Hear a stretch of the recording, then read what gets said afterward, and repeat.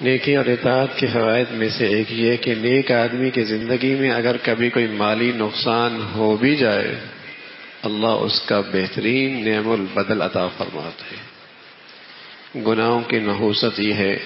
کہ گناہوں کی وجہ سے جہاں دل کمزور ہوتا ہے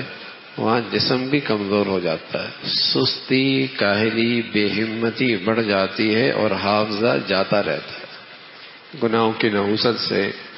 جہاں دل کمزور ہوتا ہے وہاں جسم بھی کمزور ہو جاتا ہے، سستی، کاہلی، بے ہمتی بڑھتی چلی جاتی ہے اور حافظہ جاتا رہتا ہے۔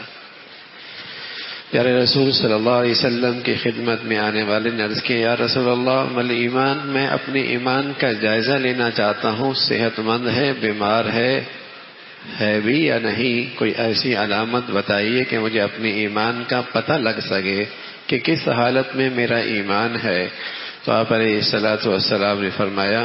اذا سرتک حسنتک وساءتک سیئتک فانت مومن،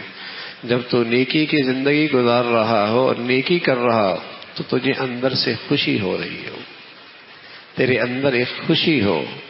وَإِذَا سَرَّتْكَ حَسَنَتُكَ وَسَاءَتْكَ سَيِّئَتُكَ، اور جب تجھ سے کوئی بشری تقاضے کی وجہ سے گناہ سرزد ہو جائے اور تو کوئی غلطی کر بیٹھے تو بے چین ہو جائے اور پریشان ہو جائے، یہ کیسی اللہ کی نافرمانی ہو گئی، چین نہ آئے۔ فرمایا اگر یہ کیفیت موجود ہے تو سمجھ لے تجھے اللہ نے ایمان کی روشنی دے رکھی ہے اور ایمان کی بہار عطا فرما رکھی ہے۔ یہ ایک پیمانہ اللہ کے نبی صلی اللہ علیہ وسلم نے دیا ہے اور معیار یہ ہے اور ایک ترازو ہے، ہر شخص اپنی ایمان کو اس ترازو پہ لا سکتا ہے کہ اس کی زندگی میں جہاں گناہ ہو جائے تو آیا یہ کیفیت پیدا ہوتی ہے۔ فرمایا منافق ایسا ہے، اس سے گناہ ہو جائے ایسا جیسے ناک میں مکھی بیٹھی اور اڑا دی، اسے کوئی پرواہ نہیں ہوتی۔ اور جہاں صاحب ایمان ہوتا ہے اس سے تو گناہ بشری تقاضے کی وجہ سے ہو تو سکتا ہے لیکن زندگی میں برداشت نہیں ہوتا، ہو تو جائے گا لیکن اسے اپنی زندگی میں باقی رکھنا یہ اس کے لیے ناقابل برداشت ہوتا ہے جب تک کہ توبہ نہ کر لے۔ اللہ ہمیں اس مقدس مہینے کی برکت سے